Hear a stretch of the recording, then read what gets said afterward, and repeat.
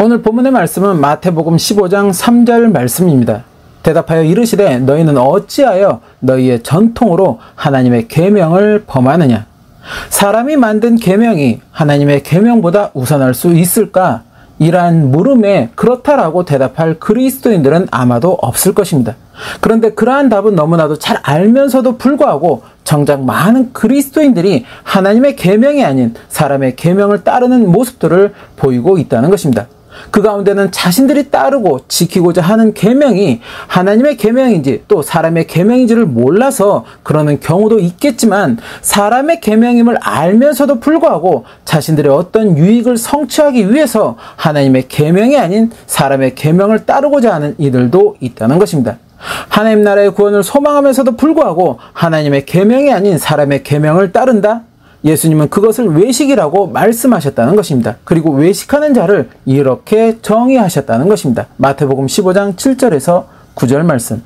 외식하는 자들아, 이사야가 너희에 관하여 잘 예언하였도다. 일러스되 이 백성이 입술로는 나를 공경하되 마음은 내게서 멀도다.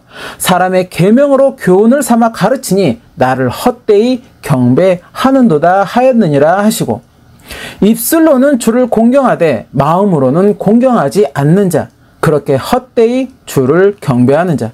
그렇다면 이러한 자가 과연 하나님 나라의 구원을 성취할 수 있는 것일까? 마태복음 23장 13절 이하의 말씀을 보면 이렇게 외식하는 자들을 향하여 주님은 통렬한 비판과 저주의 말씀들을 전하십니다. 그 말씀 가운데 33절 말씀은 그들이 결코 하나님 나라의 구원을 성취할 수 없음을 강력하게 증명하고 있다는 것입니다. 마태복음 23장 33절 말씀. 뱀들아, 독사의 새끼들아, 너희가 어떻게 지옥의 판결을 피하겠느냐? 지옥의 판결을 피하겠느냐? 곧 지옥의 판결을 피할 수 없으리라는 것입니다. 지옥의 판결을 받는다는 것입니다. 즉 외식하는 자들의 결과는 결국 지옥의 심판이라는 것입니다. 그것은 곧 아무리 하나님을 믿는다고 하고 또 하나님 나라의 구원을 소망한다 하여도, 즉 입술로는 주를 공경한다고 외친다고 하여도 그 마음으로는 주를 공경하지 않는 자, 곧 하나님의 계명이 아닌 사람의 계명을 쫓으며 주를 헛되이 경배하는 자는 결코 하나님 나라의 구원을 성취할 수 없다는 것을 의미하고 있다는 것입니다. 하나님 나라의 구원을 성취할 수 없다는 것은 결국 심판의 대상이 된다는 것을 또한 의미한다는 것입니다. 바로 둘째 사망인 영원한 불못의 심판이 그들을 기다리고 있다는 것입니다. 그런데 이것을 알면서도 불구하고 이 땅에서의 자신의 유익을 성취하기 위해서 하나님의 계명이 아니라 사람의 계명을 따르고자 한다면 그 결과 역시도 본인이 감당해야 하는 그러한 몫이 된다는 것입니다. 그렇다면 이렇게 알면서도 불구하고 사람의 계명을 쫓는 자가 아니라 몰라서 사람의 계명을 쫓는 자라면 어떻게 되는 것일까? 즉 자신이 지금 따르고 지키고자 하는 계명이 하나님의 계명인 것인지 사람의 계명인 것인지를 분별하지 못해서 그렇게 자신이 지키는 계명이 사람의 계명임에도 하나님의 계명이라 여기며 따르는 것이라면 그는 외식하는 자가 되지 않는 것일까? 분별하지 못해서 몰라서 사람의 계명을 하나님의 계명이라 여기며 따랐으니 외식하는 자에서 제외되는 것일까? 아니라는 것입니다. 그 역시 결국은 외식하는 자의 반열에 속하게 된다는 것입니다. 누가복음 12장 47절에서 48절 말씀. 주인의 뜻을 알고도 준비하지 아니하고 그 뜻대로 행하지 아니한 종은 많이 맞을 것이요 알지 못하고 맞을 일을 행한 종은 적게 맞으리라. 무릇 많이 받은 자에게는 많이 요구할 것이요 많이 맡은 자에게는 많이 달라 할 것이니라. 많이 맞고 적게 맞고의 차이가 있을 뿐 결국은 둘 다 맞는다는 것입니다. 곧 둘 다 심판의 대상이 된다는 것입니다. 그렇다면 알지 못해서 분별하지 못해서 그렇게 자신은 그것이 하나님의 계명이라 여기며 열심히 믿고 지키고 따랐는데 결국 그것이 하나님의 계명이 아닌 사람의 계명을 따른 것이 되어버린, 그렇게 결국은 심판의 대상이 되고 마는 그 결과는 그의 입장에서는 참으로 억울한 것이 될 수도 있다는 것입니다. 그러기에 하나님을 또 예수 그리스도를 믿는 우리는 내가 지금 믿고 지키고 따르는 이러한 계명이 진정한 하나님의 계명인 것인지 아니면 사람의 계명인 것인지를 분별할 수가 있어야 한다는 것입니다. 그날 그때 어두운 곳에 쫓겨나 일을 가는 자가 되지 않기 위해서는 말씀의 올바른 분별력으로 사람의 계명이 아니라 하나님의 계명을 따르는 그러한 신앙의 발걸음이 되어야 한다는 것입니다. 그렇다면 어떻게 하나님의 계명인지 사람의 계명인지를 분별할 수 있을까? 먼저는 하나님의 뜻을 결코 자의적으로 해석하려 해서는 안 된다는 것입니다. 마태복음 15장 4절에서 6절 말씀. 하나님이 이르셨으되 내 부모를 공경하라 하시고 또 아버지나 어머니를 비방하는 자는 반드시 죽임을 당하리라 하셨거늘 너희는 이르되 누구든지 아버지에게나 어머니에게 말하기를 내가 드려 유익하게 할 것이 하나님께 드림이 되었다고 하기만 하면 그 부모를 공경할 것이 없다 하여 너희의 전통으로 하나님의 말씀을 폐하는도다. 하나님은 분명 부모를 공경하고 비방하지 말라고 말씀을 하셨다는 것입니다. 공경하라 곧 부모님을 공손하게 받들어 모시라는 것입니다. 부모를 향한 말이나 행동에 있어 늘 겸손하게 또 예의 바르게 말하고 행동하라는 것입니다. 더불어 부모를 향한 그 어떤 비방의 말도 하지 말라는 것입니다. 그것이 바로 하나님의 말씀이라는 것입니다.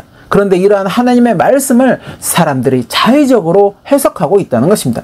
부모님께 드릴 좋은 것이 있는데 이것을 부모님이 아닌 하나님께 드린다면 하나님께 드렸으니 부모님께는 드리지 않아도 되는 것이라고 생각한다는 것입니다. 즉 부모님께 드릴 좋은 것을 하나님께 드렸으니 비록 부모에게 좋은 것을 드려 공경하지는 못했어도 하나님이 그 좋은 것을 받아 기뻐하실 것이니 그것으로 된 것이 아니겠는가 하는 생각을 한다는 것입니다. 그러나 이것은 어디까지나 사람의 자의적인 해석이라는 것입니다. 하나님의 뜻과는 결코 거리가 먼 해석이 된다는 것입니다. 부모님께 드릴 좋을 것을 하나님께 드렸다고 하나님이 기뻐하시는 것이 아니라는 것입니다.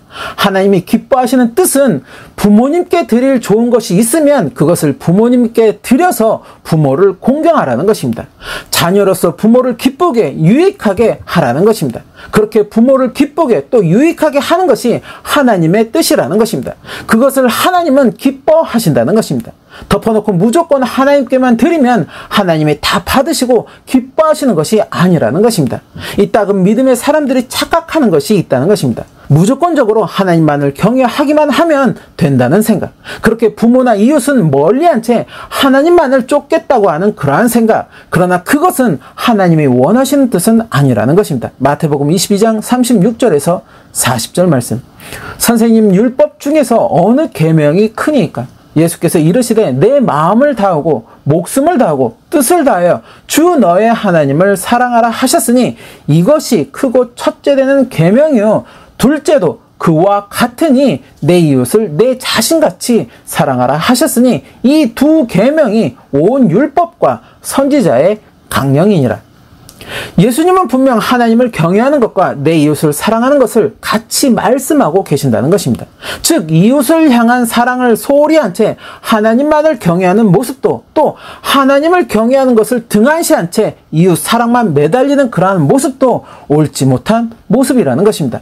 하나님을 경외하는 그 중심을 가지고 이웃을 자신과 같이 여기며 사랑하는 그 사랑의 실천, 그 모습을 하나님은 기뻐하신다는 것입니다. 그렇게 둘째는 한쪽으로 편향된 생각을 버려야 한다는 것입니다. 하나님의 말씀은 어느 한 부분만 있는 것이 아니라는 것입니다. 이따금 어느 한 부분의 말씀만을 강조하며 그것이 마치 말씀의 전부인 듯 말하고 전하며 순종하는 모습들을 보게 된다는 것입니다. 모든 말씀의 해석을 그 한 부분에 치중하여 해석하고 전하며 따르는 그러한 모습들을 보이고 있다는 것입니다. 그것은 잘못된 해석이라는 것입니다. 커다란 숲에는 소나무만이 있는 것이 아니라는 것입니다. 온갖 종류의 나무들과 풀들이 서로 조화롭게 균형 있게 어우러져 커다란 숲을 이루고 있다는 것입니다.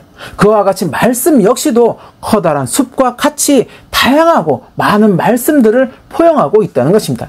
세상의 마지막 때의 말씀도 있지만 창조의 말씀 또한 있다는 것입니다.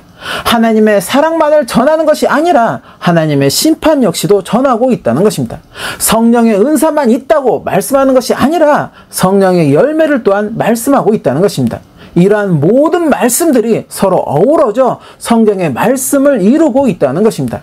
이러한 말씀에 어떠한 것은 버려도 되고 또 어떠한 것은 버리면 안 되는 것이 없다는 것입니다.